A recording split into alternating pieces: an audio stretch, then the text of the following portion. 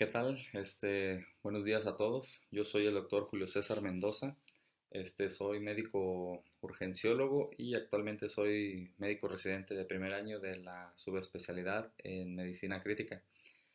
Bueno, quiero agradecerle a la doctora Mariel Escalante por haberme invitado a participar con ustedes y bueno, dar el tema que nos ocupa el día de hoy, que es el manejo de la vía aérea difícil e inducción de secuencia rápida.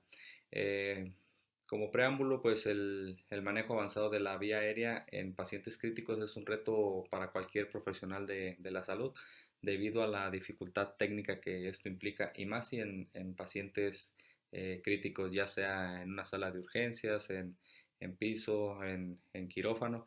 Entonces es muy importante conocer pues este tema y pues cómo abordar a estos pacientes. Eh, bueno, la secuencia de intubación rápida se define como la administración de un agente hipnótico y un relajante neuromuscular de forma consecutiva, así como de otros procedimientos con el fin de facilitar la intubación orotraqueal en un paciente crítico y así minimizar el riesgo de complicaciones. Uh, una vía aérea difícil, según la Asociación Americana de Anestesiología, define como vía aérea difícil a la existencia de factores clínicos que complican la ventilación administrada por una mascarilla facial o la intubación realizada por una persona que sea experimentada. La ventilación difícil va a ser la incapacidad de un anestesiólogo entrenado para mantener la saturación de oxígeno por arriba del 90% usando una mascarilla facial con una fracción inspirada de oxígeno del 100%. Y la intubación difícil se va a definir como la necesidad de 3 o más intentos de intubación de la tráquea o más de 10 minutos que logren para conseguirla. Y esta situación ocurre hasta en un 8% en los procedimientos de anestesia general, pero también en las salas de urgencia o en los pisos de medicina interna, cirugía general. Bueno, cómo vamos a evaluar la vía aérea difícil? ¿Cómo la vamos a valorar? Primeramente, pues vamos a realizar una historia clínica adecuada, vamos a buscar signos clínicos predictivos de dificultad en la ventilación y signos clínicos predictivos de dificultad para la intubación. En la historia clínica, ¿qué vamos a buscar? Pues datos de acromegalia. Hay que buscar en algún paciente pues la hipertrofia de la lengua, la úvula y la estrechez del cricoides, que van a estar relacionados con la dificultad para su ventilación y para la intubación también. Hay que buscar en pacientes con síndrome de Down, pues macroglosia. En pacientes con artritis reumatoide, pues hay que recordar que pues estos pacientes tienen disminuidos sus movimientos por la rigidez que conlleva esta enfermedad y van a tener alteración en la articulación atlanto-oxoidea, lo que nos puede dificultar una intubación. Vamos a buscar en enfermedades infecciosas o neoplásicas de la vía aérea superior que nos puedan involucrar o que nos puedan determinar que no podamos intubarlos a estos pacientes. Bueno, ¿cuáles van a ser los signos clínicos predictivos de dificultad en la ventilación? Pues vamos a buscarlo en pacientes que tengan presencia de barba, índice de masa corporal mayor de 26, falta de dientes, que sean mayores de 55 años, tengan historias de que ser roncador. Entonces hay que evitar todos estos factores y si los tienen, pues vamos a ver, predecir en qué nos vamos a enfrentar para así estar preparados adecuadamente. ¿Cuáles van a ser los signos clínicos predictivos de dificultad para la intubación? Pues vamos a valorar la anatomía de la cara del paciente y buscar los signos que nos orienten a una posible intubación difícil entre todos ellos. Va a ser pues el cuello corto, que sea grueso y que sea musculoso. Que tengan retracción mandibular, que tengan el paladar arqueado o largo, que tengan cicatrices faciales o cervicales, su estado mental también y el tamaño de la lengua. Para evitar todo esto, bueno, para nosotros debemos de realizarle un test de predicción de intubación difícil. ¿Cuáles van a ser estos? Pues ya los conocidos, el test de Malampati, el test de la mordida del labio superior, el test de subluxación mandibular, la distancia tiromentoniana, distancia esternomentoniana, la apertura oral, la clasificación de Cormack. Mientras más test nosotros hagamos, pues vamos a saber hacia qué nos podemos enfrentar con nuestros pacientes. Entonces, ¿de qué se trata el test de Malampati? Bueno, es una técnica en posición sentada. Se le pide que al paciente que con la cabeza en extensión completa y sin efectuar alguna fonación y con la lengua fuera de la boca, pues la abra. Vamos a clasificarlo en grado 1 hasta el 4. Del 1 al 2, pues va a ser nos parece que va a ser una intubación fácil. Vamos a tener visibilidad del paladar blando, la úvula, los pilares amigdalinos y en el grado 2 va a haber una visibilidad del paladar blando y la úvula. El problema va a ser a partir del grado 3, que la visibilidad del paladar blando y la base de la úvula nada más es lo único que vamos a observar y en el grado 3 va a haber imposibilidad, en el grado 4, perdón, va a haber imposibilidad para ver el paladar blando. Si se fijan, pues ya no vemos las estructuras que como es la úvula y los pilares amigdalinos. Entonces eso nos predice que va a ser una vía aérea difícil y nos debemos de preparar para ello. Bueno, el test de la mordida del labio superior se basa en la importancia que tiene para la visión en la laringoscopía, la libertad del movimiento mandibular y la arquitectura de los dientes. Bueno, aquí la clase 1, los incisivos superiores muerden el labio superior dejando la mucosa del labio superior totalmente visible. En la clase 2 va a haber una visión parcial de la mucosa y en el grado 3 los incisivos inferiores no pueden morder el labio superior y esta mordida se va a relacionar con una vía aérea difícil.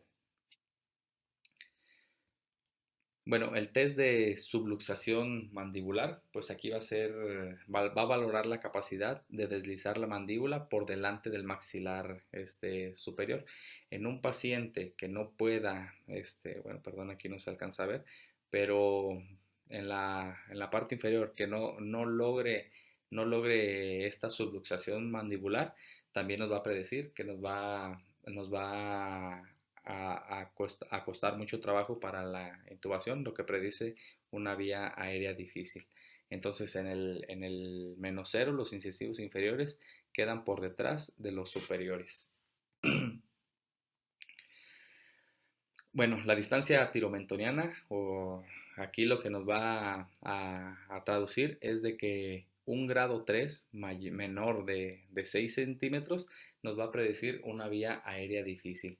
Entonces, la intubación orotraqueal va a ser prácticamente imposible, le llaman a algunas personas. En la distancia esternomentoniana, un grado 4 que es menor de 11 centímetros, que va a ser del manubrio esternal hasta la punta del mentón, también nos va a predecir que va a ser una vía aérea difícil. La apertura oral. Entonces, esta nos va a valorar la distancia entre los incisivos superiores y los inferiores. Si el paciente presenta adoncia, se va a medir entre la distancia entre las encías, tanto la superior como la inferior, y va a determinar el espacio para la colocación y manipulación del laringoscopio. Entonces, una apertura oral menor de 2 centímetros, pues también prácticamente nos va a producir una vía aérea difícil. Desde 2.5 ya nos está hablando de que puede ser una vía aérea muy difícil. Entonces la clasificación de Bell-House-Door, esta pues nos va a ayudar o nos habla para el alineamiento de los tres ejes en posición de olfateo. Entonces, ¿cómo va a ser esta? Una posición olfateo en 35 grados con flexión cervical y a 15 grados de extensión de la cabeza. Y se va a alinear el conducto auditivo externo con el esternón. La finalidad es de que queden alineados los tres ejes para que nosotros podamos tener una adecuada intubación y que no nos vaya a tener muchas complicaciones. La clasificación de Cormack, bueno, esta como sabemos, va a valorar el grado de dificultad para lograr una intubación orotraqueal según las estructuras anatómicas que se visualicen, y esta técnica va a ser mediante laringoscopía directa. Entonces, el grado 1 vamos a alcanzar a observar el anillo glótico en su totalidad y predice una intubación pues muy fácil. En el grado 2 solo se va a observar la comisura o la mitad superior del anillo glótico. El problema va a ser a partir del grado 3, que solo se va a observar la epiglotis y sin orificio glótico. Esta ya predice que va a ser una vía aérea muy difícil, y el grado 4 va a haber una imposibilidad de visualizar la epiglotis, y probablemente aquí nosotros vayamos a requerir hasta de técnicas especiales para lograr asegurar esa vía aérea, hasta con una traqueostomía de urgencia. Entonces desde aquí nosotros debemos de estarnos preparando para cualquier escenario que se nos ponga. Bueno, la escala de Lemon, esta va a ser para valoración en pacientes traumatizados. ¿Qué es lo que vamos a buscar? Pues vamos a examinar datos de lesión o trauma. Vamos a evaluar con la regla 3-3-2, que es la distancia interincisiva, 3 dedos, distancia mentoniana, también deben de ser 3 dedos, y la distancia del cartílago tiroides y del suelo de la boca, esta van a ser 2 dedos. Entonces, también vamos a valorar la apertura bucal, un Malapati mayor de 3 puntos, que datos de obstrucción o que tenga presencia de epiglotitis o abscesos amigdalinos, así como la movilidad del cuello, que tengan presencia de collarín e imposibilidad para la extensión del cuello. Nosotros vamos a valorar esto. Si tenemos una puntuación elevada, pues vamos a tener ante el contexto de un paciente con vía aérea difícil. Bueno, entonces nosotros aquí pues vamos a iniciar con la secuencia de intubación rápida. Eh, el responsable de la intubación debe comprobar que tiene todo el equipo necesario para llevar a cabo en las mejores condiciones, que tenga una fuente de oxígeno, el sistema de aspiración, bolsa autoinsuflable, que tenga laringoscopio, que tenga los tubos endotraqueales, el equipo de intubación de vía aérea difícil, así como un equipo de reanimación, los fármacos, la monitorización del paciente. Tiene que estar monitorizando la saturación de oxígeno, la frecuencia cardíaca, la presión arterial. Tiene que estar monitorizado nuestro paciente para asegurarle que no va a haber alguna otra complicación. Entonces, posterior a todo esto, pues ya vamos a iniciar con la oxigenación o la preoxigenación, como le llaman algunas otras personas. Y esta va a ser, o se va a realizar simultáneamente con la preparación, y consiste en la aplicación de oxígeno mediante mascarilla reservorio con FIO2 del 80 hasta el 100% durante 5 minutos. Esta va a ser para sustituir el nitrógeno de la capacidad residual funcional del oxígeno, que es un fenómeno de desnitrogenización. Y esto va a permitir que nuestro paciente dure entre 3 y 8 minutos en apnea sin presentar hipoxemia. Y el tiempo de saturación va a tener relación directa con el peso de nuestro paciente. Digamos, si nosotros tenemos un paciente sano de aproximadamente 70 kilogramos, va a mantener una saturación de oxígeno superior al 90% durante 8 minutos. Si tenemos un paciente obeso de aproximadamente 120, 130 kilogramos, nos va a durar su oxigenación durante 3 minutos. O un niño que tengamos de 10 kilogramos o menos que sea sano, nos va a durar hasta 4 minutos. Entonces debemos de conocer esto para así nosotros saber qué es lo que vamos a hacer. ¿Sale?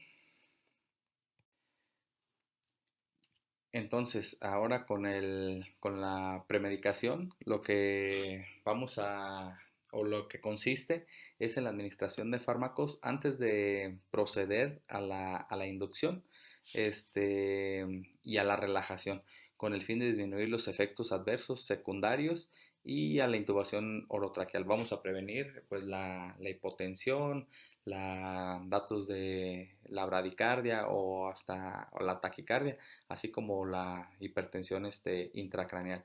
Y bueno, se debe administrar 3 minutos antes de comenzar la inducción, pero recordar que en casos de urgencia que no permita retrasar la intubación, pues puede darse en menos tiempo o hasta se puede obviar. Los medicamentos que vamos a utilizar generalmente aquí, pues es la lidocaína y el fentanilo. La atropina generalmente se utiliza solamente que al utilizar estos medicamentos nos pueda presentar datos de bradicardia o que tenga datos de abundantes secreciones. Posteriormente, bueno, la dosis, la desfasciculación o que le llaman el priming o la dosis de cebamiento, pues es el administrar el 10% del bloqueo neuromuscular. Algunas personas sí lo utilizan, algunas otras no, pero nosotros si lo utilizamos, pues va a ser en este momento, va a ser en la premedicación. Posteriormente vamos a continuar ya con la sedación y con la parálisis neuromuscular, que van a ser prácticamente concomitantes. Se procede a la inducción y a la relajación neuromuscular simultánea para producir una inconsciencia y una relajación muscular que nos facilite la intubación orotraqueal y minimice el riesgo de las aspiraciones. Y generalmente los medicamentos que utilizamos, pues es el tiopental, la ketamina, el etomidato y el propofol. Y ya se está dejando en última opción o solamente que pues no tengamos los anteriores, el midazolam. Dependiendo de los escenarios clínicos que tengamos, vamos a ver cuál es el ideal para cada uno. Simultáneamente pues vamos a elegir un bloqueo neuromuscular, ya sea despolarizante o no despolarizante. El que se utiliza o el de elección pues va a ser la succinilcolina. Esta pues la vamos a utilizar de 1 hasta 2 miligramos por kilogramo y su efecto va a ser realizarse en 15 segundos y bueno, su duración va a ser de 3 hasta 12 minutos. Hay que tener cuidado con pacientes que sean renales o que tengan datos de rhabdomiolisis o con hipercalemia. Eh, Otro bloqueo neuromuscular que podemos utilizar pues es el rocuronio, a dosis hasta de 1 miligramo por kilogramo. Su efecto va a ser de 30 a 90 minutos y su duración puede ser de 25 hasta 60 minutos. De última instancia ya podemos dejar el becuronio, que puede ser su dosis de 0.1 hasta 0.2 miligramos por kilogramo. Su efecto lo vamos a alcanzar de 90 a 120 segundos y su duración puede ser de 90 hasta 120 minutos. Bueno, ya hablando de los escenarios clínicos donde nosotros podemos utilizar estos fármacos, generalmente el propofol lo vamos a utilizar para pacientes neurocríticos. Esa es la primordial indicación de este. El etomidato pues lo podemos administrar en pacientes inestables hemodinámicamente por choque hipovolémico, pero hay que tener cuidado en pacientes que estén cursando con sepsis o choque séptico. La ketamina lo vamos a utilizar en pacientes o se van a beneficiar de ellos en pacientes que tengan un broncoespasmo severo. Esa es como que la principal indicación. Y en el tiopental lo podemos utilizar en pacientes que estén en estatus epiléptico. El midazolam, solamente que no tengamos los otros, es cuando lo vamos a utilizar. Bueno, ya posterior a la sedación y a la parálisis neuromuscular, pues ahora vamos a la intubación, bueno, a la posición del paciente y a la laringoscopía, que va a ser en este momento. ¿Qué es lo que vamos a hacer? En esta fase se coloca al paciente en la posición idónea para facilitar su intubación. Se realiza la optimización y visualización de la vía aérea y esto va a ser mediante la maniobra de de Burke o maniobra de Selig. Pues aquí lo que se trata de hacer es de que vamos a tener la posición ideal de la intubación. ¿Qué es lo que vamos a alinear aquí? Van a ser los tres ejes, lo que vimos anteriormente.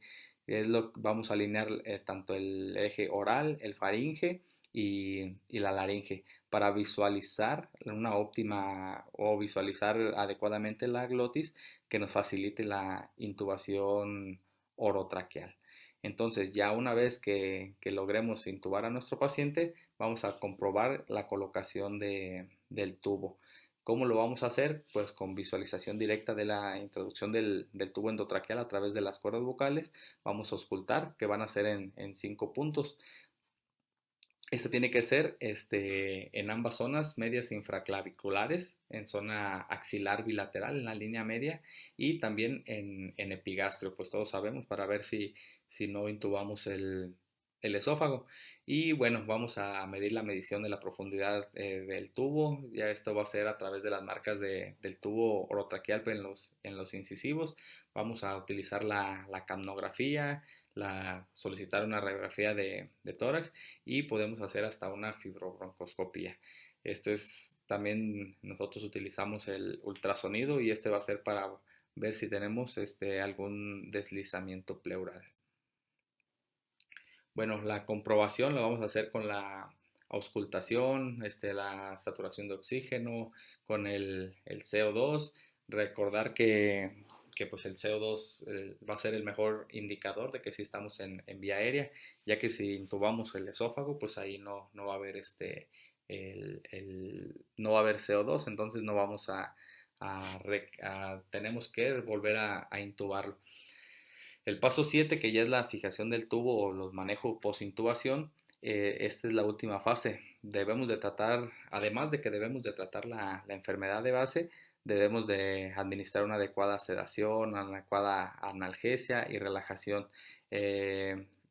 cuando sea necesario. Debemos ajustar los parámetros de la ventilación mecánica que deben de ser apropiados.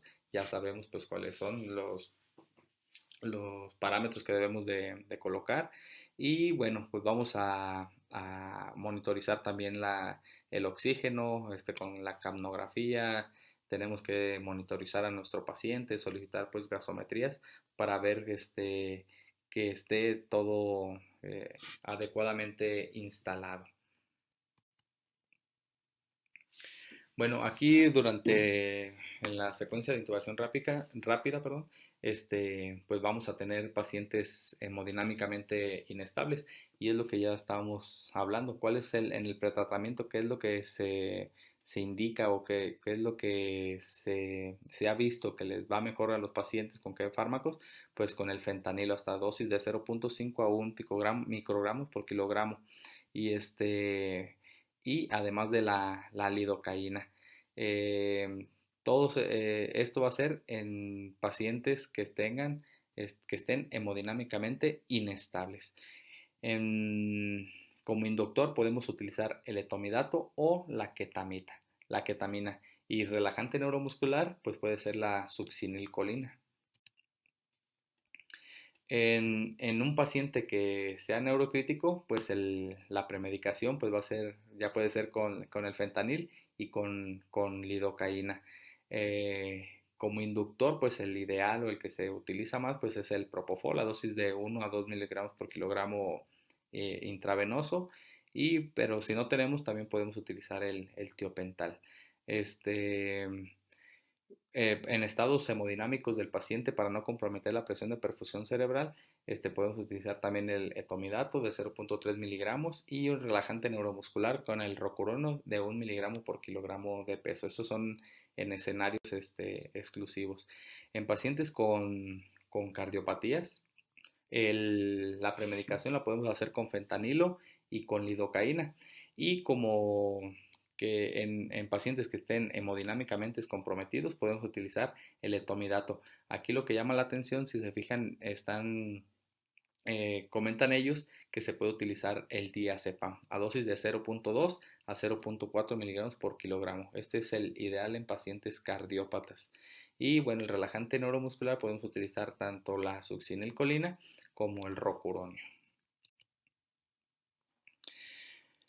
Bueno, en pacientes que vayamos a intubar, que se trate de un broncoespasmo, la premedicación la vamos a utilizar con fentanilo y con lidocaína, ya que la lidocaína se ha visto que hay un beneficio en paciente con broncoespasmo, entonces también se puede beneficiar de él. El inductor puede ser con ketamina, que ya lo hablamos, es el agente de elección en pacientes con broncoespasmo, y el etomidato también se puede utilizar. Va a ser uno u otro, no los dos. El relajante neuromuscular pues puede ser o tanto con succinilcolina o con rocurenio. Bueno, aquí el algoritmo BAD-DAS, que se realizó en el 2015, nos indica, o lo que nos trata de decir es de que debemos de planear qué vamos a hacer en caso de que nosotros no podamos asegurar esa vía aérea. El plan habla de la ventilación con mascarilla facial y la intubación orotraqueal.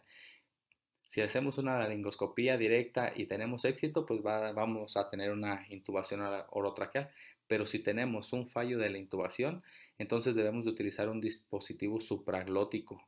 Entonces, ¿qué es lo que vamos a hacer? Si tenemos éxito en la colocación del supraglótico, pues vamos a parar y pensar qué vamos a hacer. Vamos a despertar a nuestro paciente, vamos a tratar de intubarlo otra vez, vamos a proceder sin intubación, vamos a hacer una traqueostomía de urgencia. Aquí es de lo que nos habla el plan B. ¿Qué es lo que vamos a hacer? El plan C nos dice ventilación con mascarilla facial. Si el intento de la ventilación con mascarilla facial tuvo éxito, pues podemos despertar a nuestro paciente. Pero si no tuvo éxito, fíjense, nos dice que tenemos que hacer una cricotiroidectomía de urgencia. Y este va a ser que vamos a realizar, pues ahora sí que a precedir o vamos a hacer un acceso en el cuello. Siempre debemos de estar planeando qué debemos de hacer en caso de que algo nos salga mal. Y bueno, aquí ya solamente pues para conocer los diferentes tipos de mascarilla laringea de primera, segunda, tercera generación, que las diferencias que hay.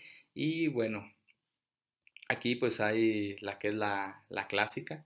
Hay otras mascarillas ya que tienen para poder aspirarlos, como es la Procé, la Supreme también, y es la Flash Track.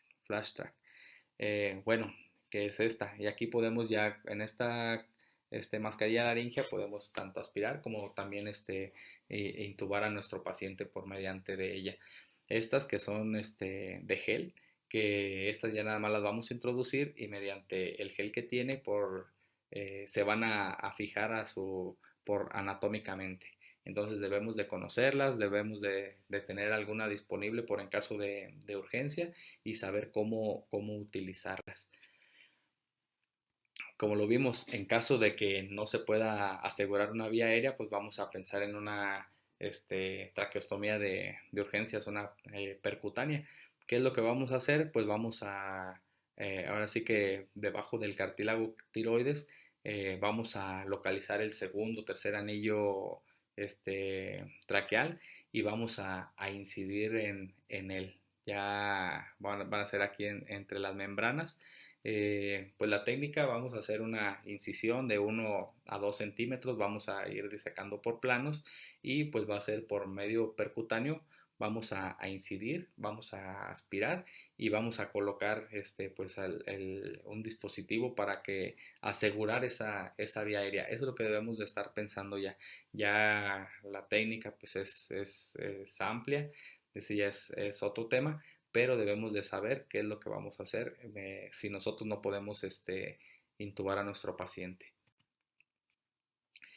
Por mi parte, pues es todo, es un tema pues muy amplio, pero debemos de saber qué escenario nos toca.